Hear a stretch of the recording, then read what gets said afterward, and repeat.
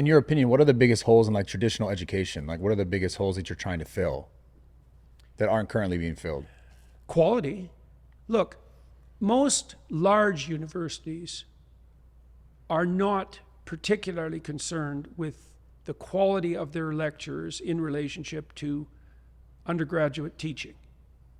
So that might come as a shock to people because you think, well, a university is primarily a teaching enterprise, but that isn't how the larger universities view it. They view themselves at least as much a research enterprise. Now, the optimal professor, this is a rare person, has a certain entrepreneurial ability, so maybe they're capable of generating some commercially viable products from their research. They can do research, they're good teachers, and they can play a role in the administration. Now, it's a rare person who can do all four of those, but there's no shortage of professors who can't teach at all. Like, the courses are abysmal.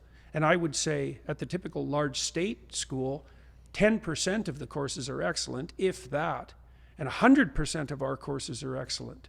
That's a big difference.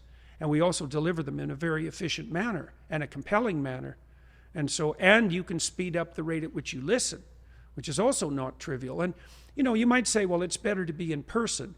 And there are some situations where that's true. I mean, if what you're participating in is a seminar, say of 10 to 15 people, and it's discussion focused and Socratic in nature, then, well, that's extremely advantageous, but that's hyper expensive and it's increasingly rare. Like at the University of Toronto, our smaller courses just got bigger and bigger.